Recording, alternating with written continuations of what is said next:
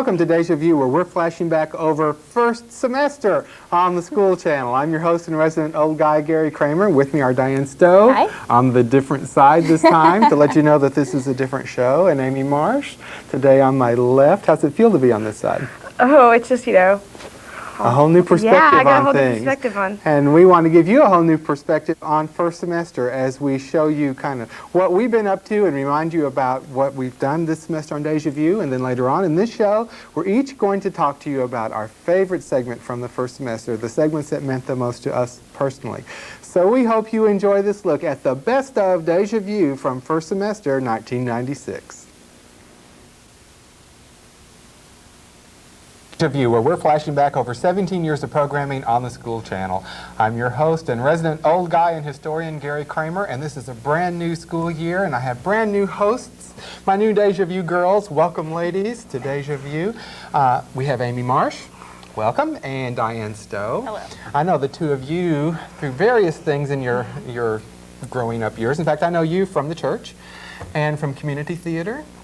Are you still involved in community theater? Welcome to Deja View, where we're flashing back over 17 years of programming on the school channel. I'm your host and resident old guy, returning after a week's absence, where you guys help step in and cover for me. You know, they say that the ultimate goal of any parent or any teacher is not to be needed. And so I have reached that goal because as she wears every week. And Amy Marsh in her costume as Raggedy Ann. And I got to say, Amy, that is a dynamite costume. That is the best costume. Boy, I am impressed. Those redheads go off. Again, as they showed us Christmas at the mall. Remember when the mall used to look like a big ski lodge? It had wooden floors and all those beams, and then they remodeled a little bit later and turned it into a big bathroom with all this tile and metal stuff. It was much warmer and nicer, in my opinion.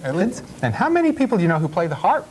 None. None. You know, so Melissa Moore was a very special talent in the class there, and then she came equipped with, I don't know what this means, but I'm sure it had meaning to the students at Norman High in 1982, which was when that particular episode of Tiger Den. Welcome to Deja View, where we're flashing back over 17 years of programming on the school channel. I'm your host and resident old guy, Gary. Old guy, and today I'm a little bit confused. And resident old guy, Gary Kramer, in costume of the resident old guy, and resident old guy, Gary Kramer, resident old guy, Gary Kramer. And resident old guy and co-host Mr. Kramer is unable to join us today, but don't worry, he'll be back next week. I think my favorite episode from Deja View this semester was a show we did about the All-City 5th grade choral concerts. It was my favorite for several reasons. Number one is it told a story. We flashed all the way back to 1986 to listen to Dr. John Clinton talking about the idea he had to begin the All-City 5th grade choral concerts. And then we showed highlights from the concerts from then on and showed how that idea was put into action and then grew over the course of the years, and the concerts went from the North Gym of Norman High School to Lloyd Noble for the whole community to share. It was also special to me because we showed clips that included each of my two children, Michael from his 5th grade All-City Choral Concert, Katie from her 5th grade choral concert, and the choral concert that featured both of my co-hosts. So that was a special show for me. Well, that's an important thing. I want to promote that in the elementary schools, too. We would really like to have, eventually, a 5th grade all-city chorus. Great. A festival of some kind. It'd be nice if it got to be an ongoing thing. But right now, we're looking for the possibility of having a choral festival for the 5th graders. That's another example of times coming and coming again, because there used to be all-city choral festivals. That's right. And when the middle schools opened, everyone, yeah, I mean, the thousands of kids were singing. That's right. Well, if we had just our 5th graders singing together, and if we did a two-part program, one where we had select groups from the 5th graders performing, and then we had all the 5th graders performing, we'd have over, I think the total I figured up the other day is 786 kids from the 5th graders in one place performing. Now, do you know what kind of marvelous experience that's going to be? Not only for the kids, but for the teachers, for the parents. I mean, to tell you that would just... He's a man of his word, because the very next year, 1987, they had the first annual All-City 5th grade choral concert. Now, I'm sorry we don't have that concert in the archives, but we do pick it up with this year's graduating seniors. So the class of 1997 is featured in this next clip from their All-City 5th grade choral concert. This day,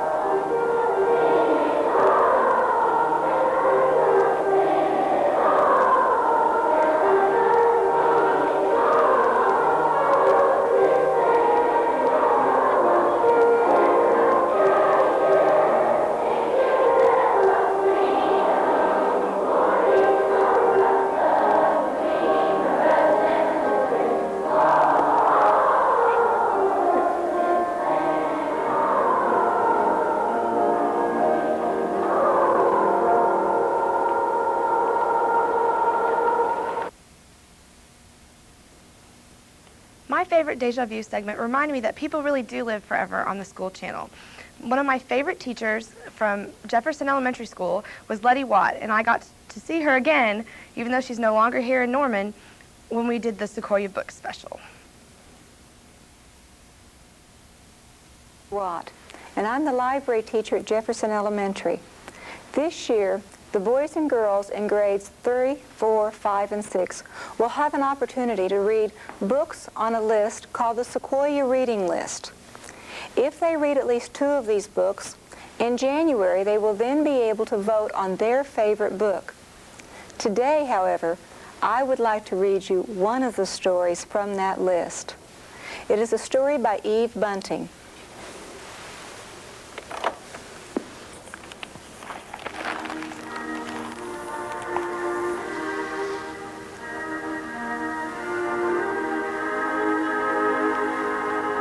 The Man Who Could Call Down Owls, a story by Eve Bunting with illustrations by Charles Michalajczyk.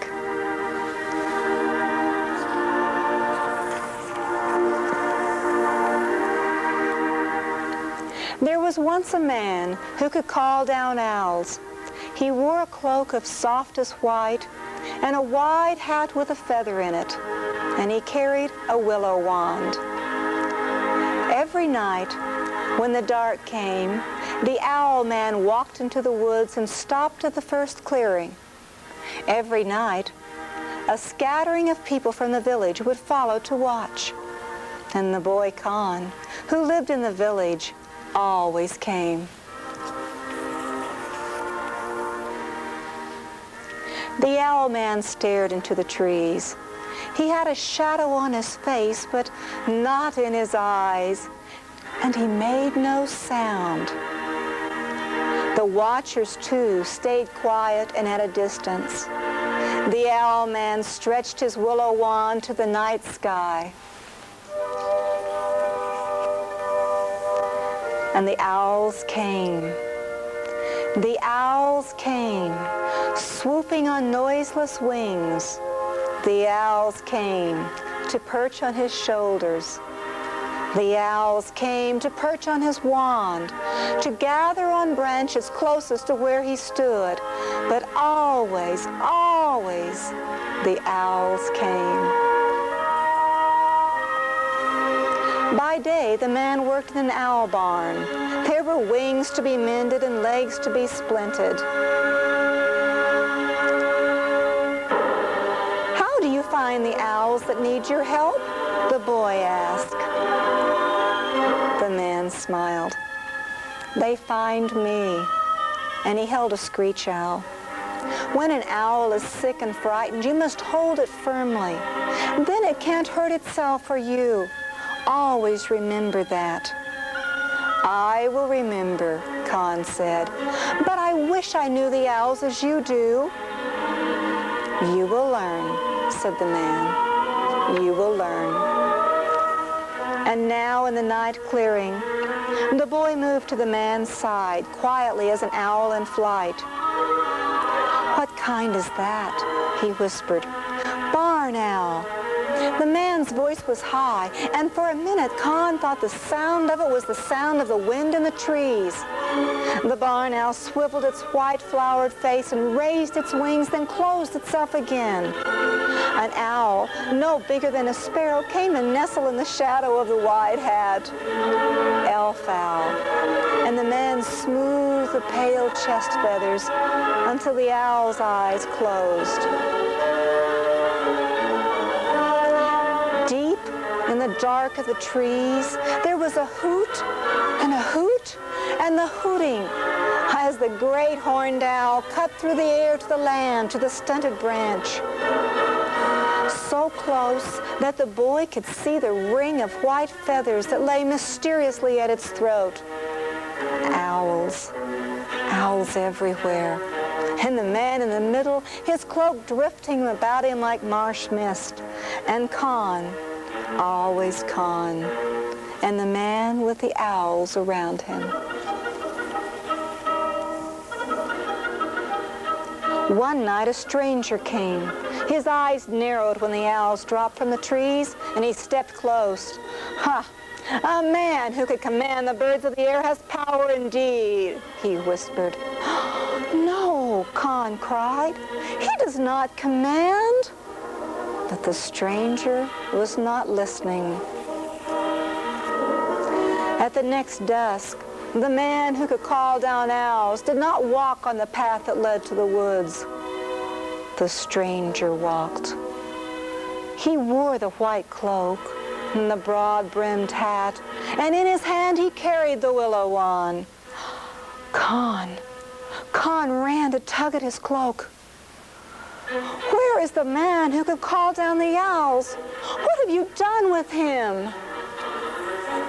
The stranger pushed the boy aside. "You took his cloak and his hat and his willow wand," Con cried. "Ha! He gave them to me." No, he would never give them to you." And the stranger smiled. I took them then, and his power along with them." The stranger's smile was as cold as death, and Con was afraid. The people clustered behind as the stranger entered the clearing, and it was then that Con saw the great snowy owl. He caught his breath. Never had he seen such a rare and beautiful owl. It shimmered above the clearing, its giant wings whitening the earth below. And Con knew. He knew how the stranger came by the cloak and the hat and the willow wand. And he knew that the owl was the man and the man was the owl.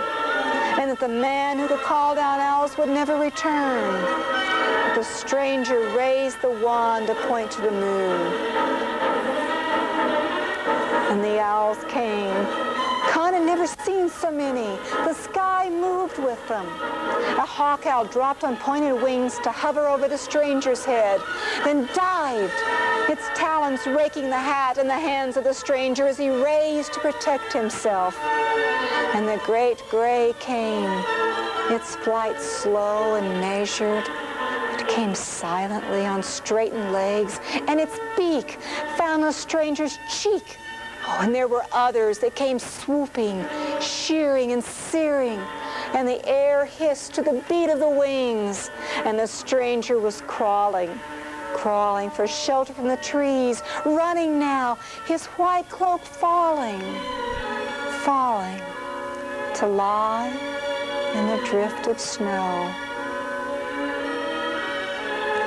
He was gone, and so were the owls, and the people stood mute and frightened.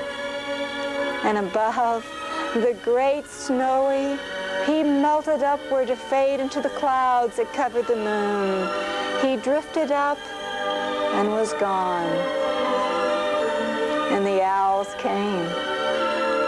The owls came, swooping on noiseless wings to perch on the boy's shoulders.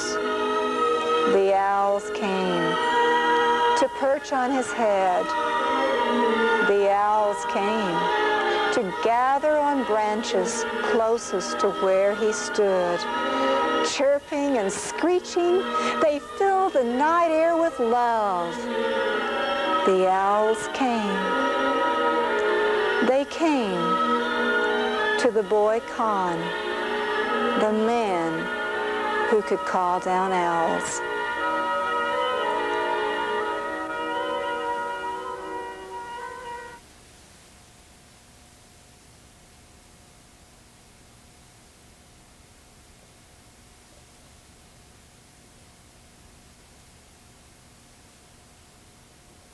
My favorite segment from Deja View this semester was when we featured Spice from 1993 in the Zambian a cappella group that toured Norman.